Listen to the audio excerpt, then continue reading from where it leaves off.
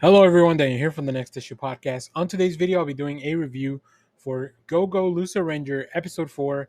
This is a new anime that has come out on Hulu, and I'm very excited for it. I really am enjoying it. I've read the manga before, but I didn't read much of it, so definitely didn't read this far. And we're gonna get into spoilers, so if you haven't seen the episode, make sure to go check it out before you get into this. Let's talk about it. So we see a meeting of all the keepers, the dragon keepers, where they're about to have a meal. They are catching up on what just happened.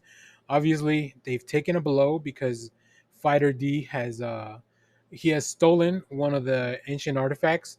And in this episode, the Red Dragon Keeper, he really shows us how maniacal he is and powerful, really, as well.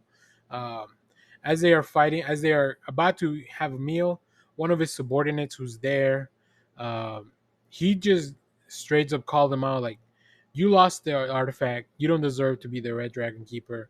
And very calmly, the Red Dragon Keeper just like wrecked this dude. Like I'm talking about, put him up against the wall and made him mush. It was crazy. And then, of course, then he finally sits down to have dinner. I guess this is how he keeps all the other dragon keepers in line, because it does seem that he is very, very strong. So, yeah, it's this hero of justice persona, definitely not all that it's appeared. We do end up seeing that Fighter D is still alive, but he did take some injuries because of everything that happened. Right, he's not able to fully regenerate. His mask is a little cracked. He's got a hole in his stomach that he's got to fill in with some other parts. It reminds me a little bit of how in Parasite, Miggy lost some of its abilities when he had to heal um, the host. I forget his name, Kenichi, I think. Yeah, so like it reminds me of that, where like his healing abilities are not as good anymore because he's got to give up something to be able to heal some of that damage.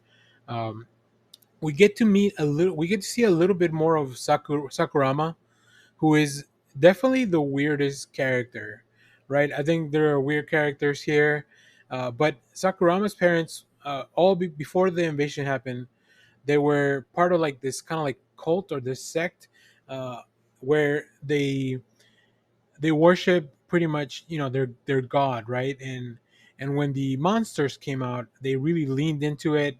Unfortunately, they realized too late how violent and how much of a maniac the Red Keepers are.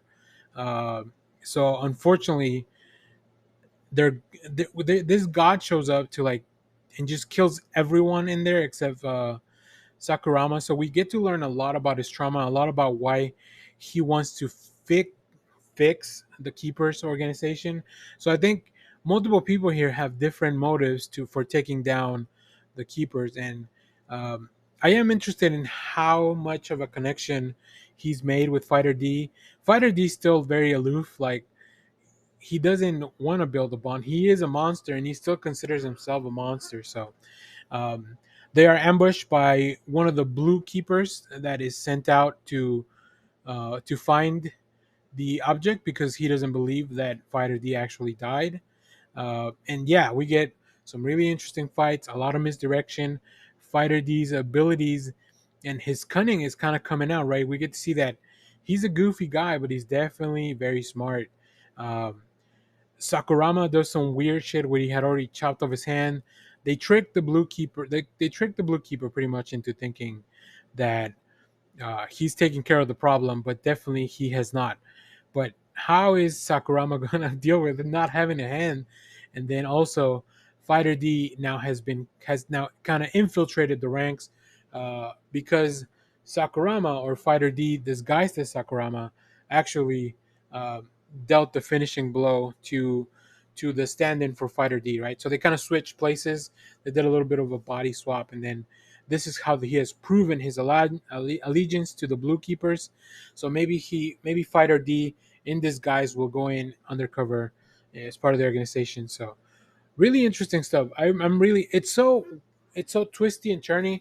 I really thought that after the last episode we were not going to see Fighter D for a little while, but I'm glad we got back right to that immediately. I definitely want to know more about the past of like before the monsters came out, before the invasion happened, uh, because man, there's this world seemed to have been pretty messed up until that one thing kind of galvanized society and united them all. So really interesting stuff. Um, I'm enjoying this a lot. The animation's been great. The voice acting is pretty wild. I really like the voice actor for Fighter D is just so good at those changing from like very serious and menacing as far as much as menacing as a monster like that could be, right? Between that and then the goofy stuff, so really cool stuff. I think the voice actor for the Red Keeper is also the Red Dragon Keeper is also very good.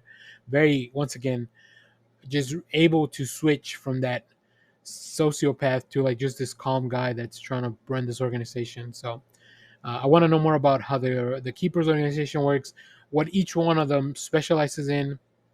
Very much anime trope, right? Each of the colors will probably specialize in something very different. So, and of course, we have some people that have infiltrated, and we're trying to see how that plays out. So, if you have seen this episode, let me know what you thought about it down in the comments. As always, thank you for watching, everyone. Remember to share, like, subscribe, hit the bell so you know when we go live. That is most Saturdays, 10 a.m. Central Standard Time. Stay tuned. We have more comic reviews, trailer reactions, TV recaps, all that fun stuff here in the channel. Thanks for watching, everyone.